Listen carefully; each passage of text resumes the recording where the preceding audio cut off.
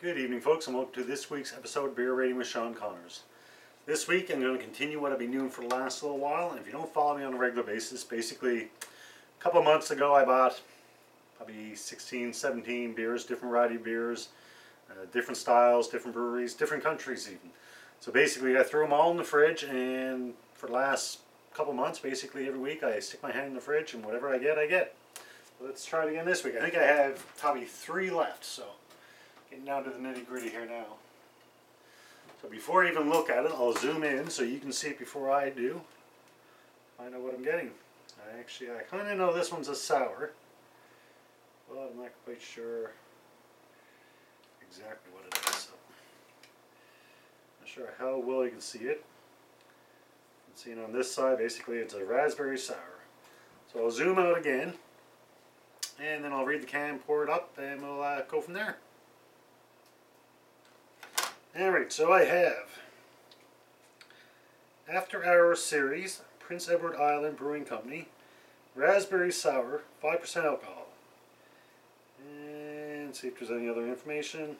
It says, if raspberry jam on biscuits were a beer, a flavorful kettle soured wheat beer conditioned on real raspberries. Should be interesting. So, I've said it before, but there's different styles of beer use different styles of glasses. There's like a Pilsner glass, there's a wheat beer glass, there's a whole bunch. Sniffers, everything else. So for this one, it's got me kind of perplexed because it's a wheat beer, but it's a sour beer. I never had one of those, so I'm going to use a wheat beer glass. So I'll give it a quick cold water rinse.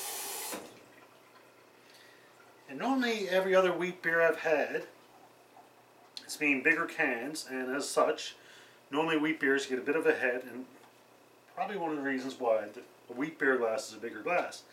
Now, I'm pretty sure this is not going to fill that up to the same degree as a regular wheat beer, but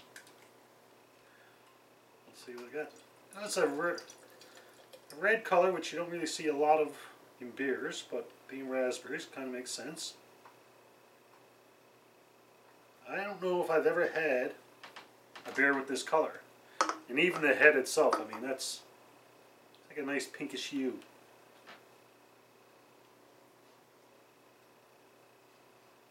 You can definitely get the smell of raspberries right off the bat. More so than other flavored beers that I had.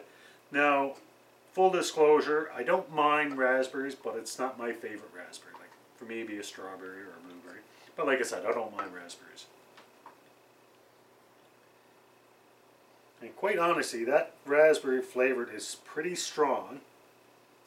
And just as a personal preference, it doesn't really, the aroma itself doesn't really appeal to me. It's almost too strong for raspberry. I do like raspberry jam, don't get me wrong, but actually reminds me of something, obviously something raspberry. Can't really put my finger on it. Actually, what I'm thinking now, I could be wrong, I believe there was a series of Belgium sours that I did do, and I think there was one there that might have been a raspberry, because that's what keeps me bring me back to. It was one of my earlier reviews, and I think it was a pack that I bought. I think there was 4 different Belgian beers, and I'm pretty sure they were all fruit sours, and that's kind of what I'm getting out of this one. And honestly, I don't remember what rating I gave, but I did them 4 in one episode, so it should be easy to find if you want.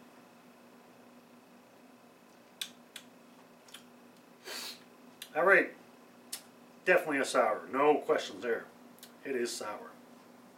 Sour in a refreshing way, kind of like a lemonade. From the aroma, as I said, personally, some people might get that aroma and go, oh my god, that smells delicious.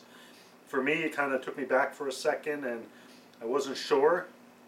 But the flavor, actually, so far, I've enjoyed more than the aroma.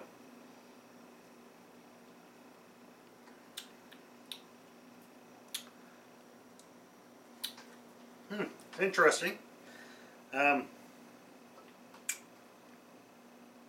Sours are odd beers. Like, if you grew up in North America, you know, sours or most ales for that matter, weren't a big thing. So they do take a bit of getting used to. And actually, even the aroma, now that I've had a couple mouthfuls, I don't mind the aroma. I don't find it as strong as I did originally.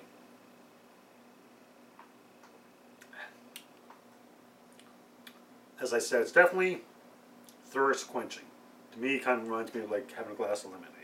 Like I said, sours are different. If you grew up in North America and all you've ever had is the big mass breweries, whether it's your Labatt's or Miller's, your Budweiser, it takes a bit of getting used to get used to sours, as per any non-mass produced beer. But they're interesting. Like this is one, I'm definitely enjoying it, and I would definitely have another. If I was out somewhere and it was available, I'd probably have it. But I think it would be one of those things, I would probably have one or two, and I think that would be a bit. Like I don't think I could go to a party with a 6-pack of these.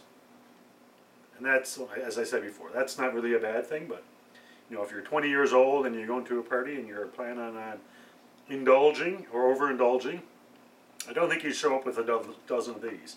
However, if you're sitting down with somebody and having a beer and just having a chat around the fire, around the table, for me, definitely.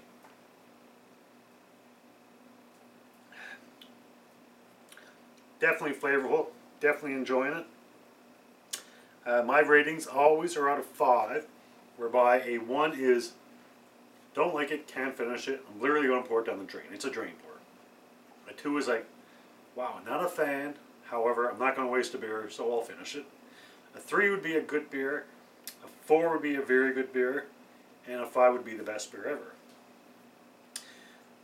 All honesty, with the aroma, the initial aroma, when I had that, I was thinking probably maximum a 3, which isn't bad. It's a good beer, but nothing great.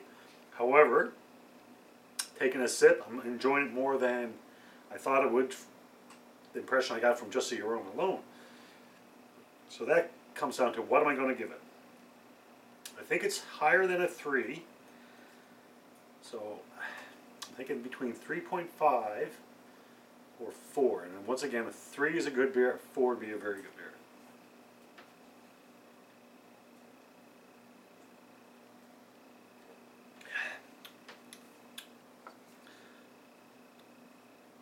Honestly, the more I drink of it, the more I'm enjoying it. I'm quite surprised. I think I'm going to give it a 4.0, which means it's a very good beer. In my opinion, it's definitely, I think, one you should pick up. Give it a try. Let me know what you think. I think if you're into trying new beers, I think you'll find it enjoyable. If you like sour beers, I think you would enjoy it. Wheat beers, I've always found most wheat beers, a lot of times you get the hint of banana and cloves. I'm not getting that at all, probably because it's a sour. Like I said, it's a sour wheat beer, which kind of threw me for a loop. Yeah, I'm really enjoying it. I'm quite surprised, actually.